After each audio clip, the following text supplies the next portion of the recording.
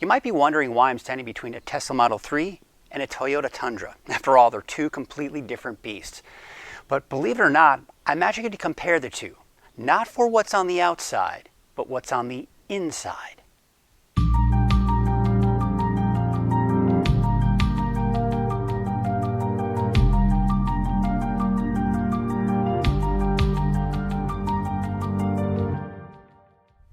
For anyone who does research on the Tesla Model 3, you know that you can Google just about anything about this car, from the front bumper license plate holder to the overall performance.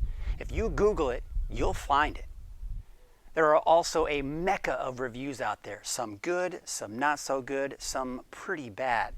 And I like to try to read as many reviews as I can. And what's come up over a couple of weeks is a few people have actually criticized the center display of the Tesla Model 3. Saying that to perform a simple task, sometimes it's just too complicated, and you've got to dig deep within the software to perform that simple task. And in some cases, that may be true.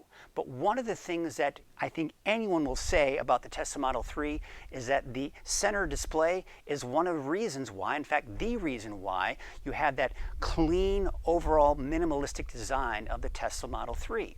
And I've said many times in my videos before that I have embraced and accepted that simplistic design and absolutely love that simplistic design.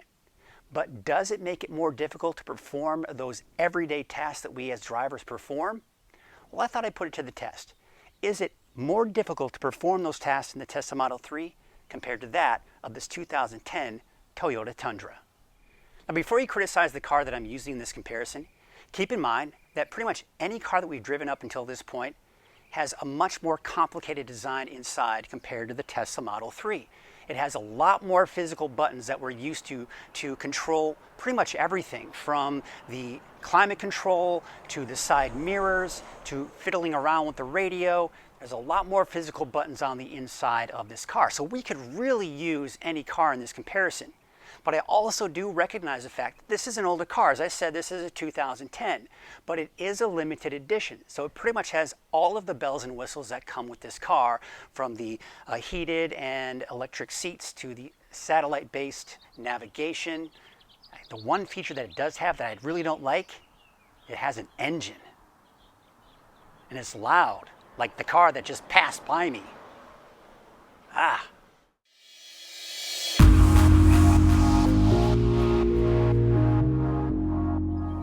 So let's start with getting in the car. I mean, this is what we have to do every day. We walk out of our house or walk out of the office or a store or anything, and we've got to unlock our car. So this comes with a key fob, much like many other cars, and I've got to push the unlock button to get inside the car. And I've got this handle to open it up. Although you can purchase a key fob from Tesla for $150, you don't need it because you use your phone. Now, I'm using my phone to record this video, so I have to have it close enough to the car to activate and unlock the car. So all I have to do is technically have my phone in my pocket, which of course you can see is here on the tripod, go up to the car, open it up, and I'm pretty much good to go at this point.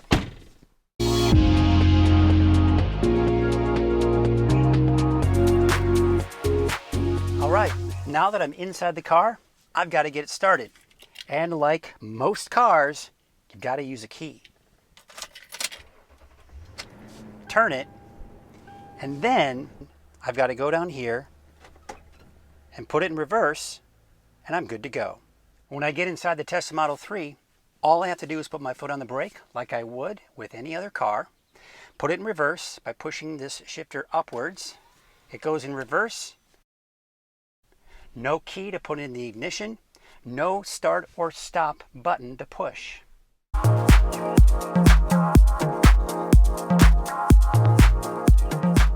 So for safety reasons, I'm not going to obviously drive the car, but I've got the engine running as if I were driving. I've got it in park, but again, let's pretend I'm driving to my destination, and for some reason I turned the radio off before I left. So let's go ahead and turn that radio on. Right over here is the power button, so I push power and it starts playing the radio.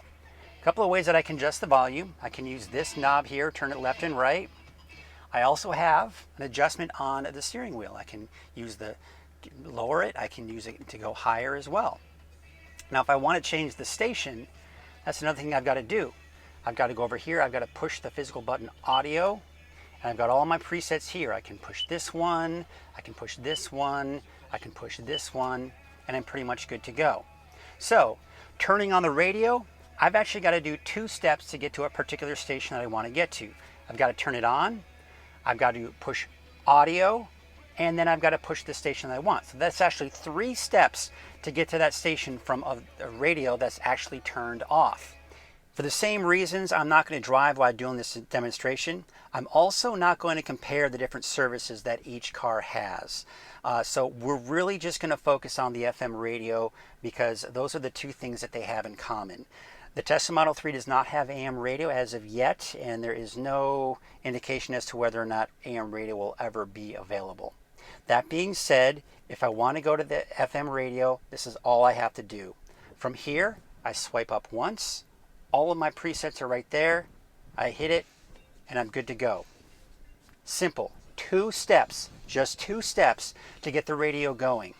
And sometimes, depending on how it's all set up, if you've always got the radio on and for some reason it's off, all you have to do is when you get in the car and you're going, all you have to do is push this. And now the radio is going. Same time, then what you can do if you want to adjust the volume, 2 different ways. Use this toggle switch here, up, down. Same thing on the screen. If you're a passenger, you notice this on the very far right, because as a driver, I'm typically not going to use this on here. I'm going to use it for my steering wheel. So the passenger has easy access to the volume, and once this is up, they can control it easily this way. And for even more convenience purposes, they can do it from their phone if it's set up properly.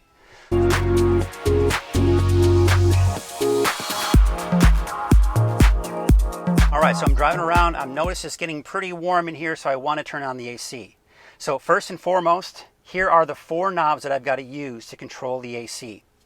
1, 2, 3, and 4. 4 different knobs to control the climate. What are the different steps that we need to get it going? Step 1, I want to turn on the AC. Step 1, turn it on. Step 2, I want to make it even colder. Step 2, I adjust it like this, and now I have got myself a nice and cold cabin. If I want the person to control their own or not, I push it once and then twice, and then of course you can do that. So really, quite honestly, there are about 2 steps in order to get yourself where you need to when it comes to climate control. We also cannot forget about adjusting the vents. Now this has your typical 4 vents up front. One on the far left side for the driver and one on the far right side in the passenger, and of course the 2 center ones that you see here. Typical, right? Up and down, left and right, open and close, open, close. And that's pretty much how basic it is. This is actually very simple, right? You can drive, not even have to look down there. Your finger can pretty much go by touch and take you there and adjust it however it is you need to adjust it. So that is the vents inside the Toyota Tundra. We can't forget about the seat heaters. Of course, it's only in the front, not in the back in this truck, but very simple. You've got these wheels up front here. Now they're off right now, and then all I do is kind of click it all the way up, and that's in a high setting. And then I can just kind of slowly scroll it down for the different settings that I want.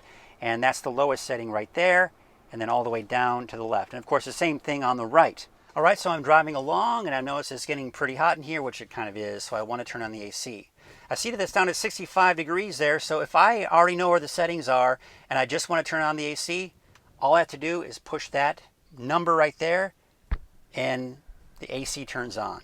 But let's say the vent isn't where I need it to be, or I want to turn the temperature down or up. Well, that's simple. I can do this, right? I can do that, and now I can change the temperature. And if I want my wife, who's in the passenger side, let's say she wants to do it. So I push that, push sync. Now we can both control our own. But for the sake of this video, I'm going to go ahead and turn off the sync, and we're going to adjust the temperature however we need. However, I notice the fan is not blowing hard enough. So I push this, then I push this, and I can adjust the fan however high I want it to go. Now this is up pretty high. You probably can't hear me very well. So I'm going to go ahead and turn this down a bit, turn it down to about a 3. And I want to make sure that this is blowing right on me, so I just take the vents here and I can do this. So really, at most, you're talking about 2 steps. One, push the fan, and then your whole menu comes up, and step number 2 is going to be anywhere within here. So really, quite honestly, it can be as low as 1 step by just pushing this right here and adjusting your temperature, or 2 steps if you want anything beyond the temperature. So it's actually quite simple and not as difficult as you would think having this touch screen. As you know, there are also seat heaters in the Tesla Model 3. So of course I've got the premium upgrade, so I've got them in all seats, the front and the back. But again, to be fair, let's just say we're doing the front seats. Simple enough. Right here, I can push it once and it's on a high setting. Push it twice, it's on a medium setting, and push it a third time, it's on the low setting. So it's either using that dial up or down, or in this case, you're just pushing it a couple of times to get it to the setting you want. Of course, the 4th time you push it, it's going to turn off. Of course, the same thing on the passenger side. Now, let's say you actually want to turn on the heater for someone in the back. A few more steps there. In fact, it's about 3 steps to get there. Number 1, you got to push this.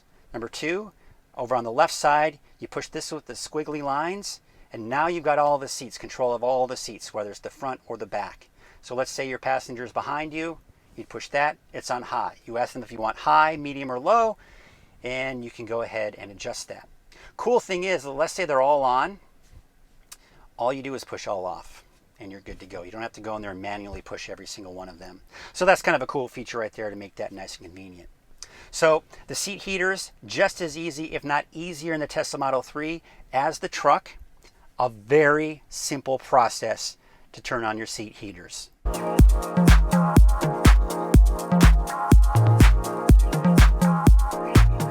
All right, now I'm driving along and I'm noticing that it's beginning to rain. Okay, so it's not raining, it's a beautiful sunny day here in Northern California, but you get the idea, we want to turn on the windshield wipers. So it's on the right side here in this right stalk. If I want to do just one, I just push it up and it does it the one time. Let me show you that. There we go. Now if I wanted to go on for the intermittent wipers, here I can adjust here how fast it goes. This is faster for the intermittent,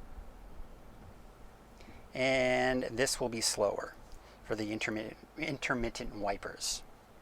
If I want them to stay on, the low speed is another click down, and now they're going at the low speed. And one more click down here, and you've got the fast speed. And then you take it all the way up again, 3 clicks up, and you have turned it off. Let's talk windshield wipers in the Tesla Model 3. First and foremost, I always have it on this auto setting right here. I absolutely love the auto setting. It works perfectly for me. Other people will tell you otherwise and that they absolutely hate it. So it just depends on who you are. Let's go into how you have to manually override and turn on the windshield wipers. 2 ways you can do it. Number 1, on the left side here, you can do a quick tap, and what that will do is give you 1 wipe. Number 2, if you want to actually do a wash, you hold it in, puts out some washer fluid, gives you a couple more wipes on top of that, and you've got a clean windshield. Now, if it starts raining and you don't want to really clean the windshield, all you do is do that 1 quick tap I was telling you about, and watch what happens with that menu right here. I'll do that quick tap, auto, then shows you a menu, 1, 2, 3, and 4. Slow intermittent, faster intermittent, so 2 intermittent settings, constant slow, constant fast, and of course auto. So, for the sake of argument, how many steps does it take to get you into a manual windshield wiper setting?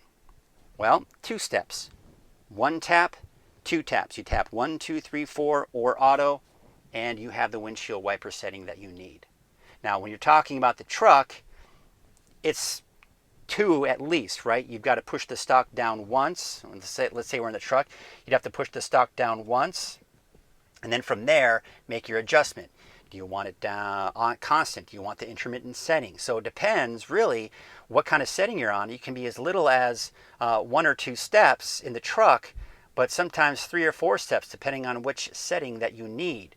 And you can visually see which setting you need right here. Step 1, you tap the auto. Step 2, you tap the setting you need, and you're done with the Tesla Model 3.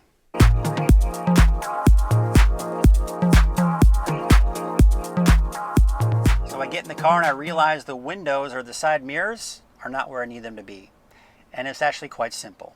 Now it should usually be toggled between left and right in the middle there, so I got to push it once to get it to the left. Then I push it up to make the mirror go up, down to make the mirror go down, and of course basic common sense would tell you left and right. And then once I'm done adjusting it, I would push it back to the middle here to make sure it doesn't get bumped. And this car also has a feature where you can fold the mirror. So I just push this and the mirror folds in if I'm getting into a tight spot, and I push it again and the mirror folds back out. Now this does not have the automatic settings that the Tesla Model 3 has, so that would be a notch down as far as the overall convenience. But I'd say that this is a lot easier if I need to make a quick adjustment. Even when I'm driving, it's all very conveniently to the bottom left here, and just by touch alone I can use it to go up, down, left, or right. All right, next thing I notice is that, well, I need to adjust the mirrors. Let's say they got messed up somehow. Keep in mind, these are all set to your driver settings. So once you set them and forget it. You never have to adjust them. But let's just say for some reason they got messed up and you need to change them. It can get a little bit more complicated than, say, the truck. So let's get you right to it. You have to go over here. If you want to adjust it, you push the car, then you go over here, you hit mirrors, and you can see the left switch right here.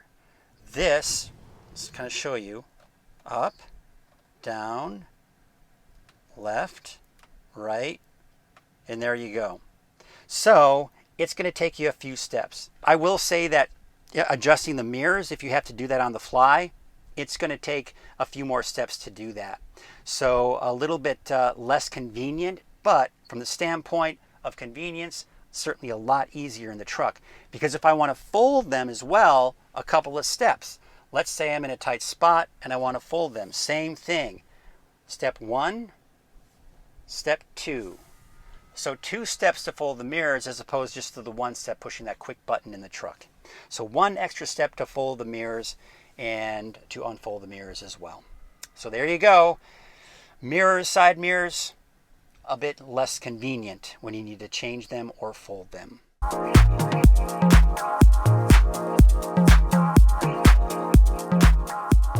I've arrived home and now I want to open up the garage, and this is actually set up with Homelink, and I've got up here on the rear view mirror, I have to push the button, have to hold it for an extended period of time, and then we'll activate. It should. There we go. It activated the garage. And you know, you have to push it for a good solid 2, 3, sometimes even 4 seconds before it activates, but there you go. And if I want to close it, I pretty much have to do the same thing. Push it for a good 2, 3 seconds, and there you go. And now it is closed. So it's not automatic. When I'm approaching the house, I've actually got to physically push the button, but nice not to have to kind of lug around the actual remote that comes with the garage door opener. Okay, so I'm approaching my home and I have this car hooked up to Homelink, and instead of having to manually push a button, it is completely and totally automatic. And hopefully this person will get out of my way. There we go. And you heard the click there, or the beep. I didn't have to push any button and the door just opened up automatically. So very convenient feature, much easier than having to hold that button down for 2, 3, even sometimes upwards of 4 seconds in the truck.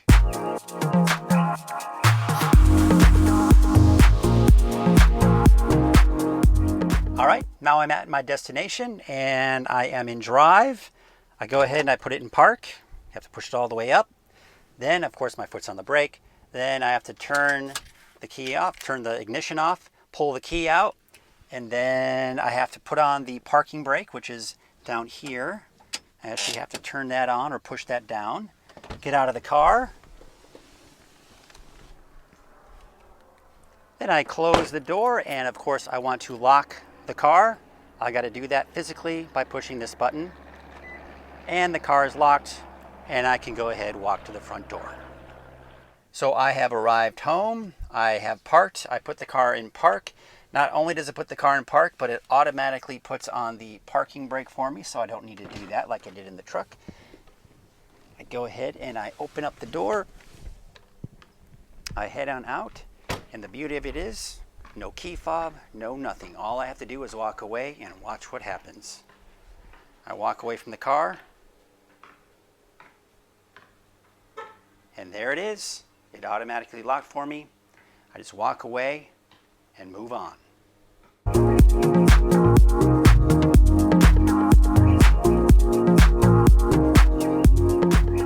Okay, my final thoughts on all of this. Well, I think in the end that yes, it is true that the Tesla Model 3, some of the simple tasks are going to have more steps. You're going to have to dig deeper within the software to get to them.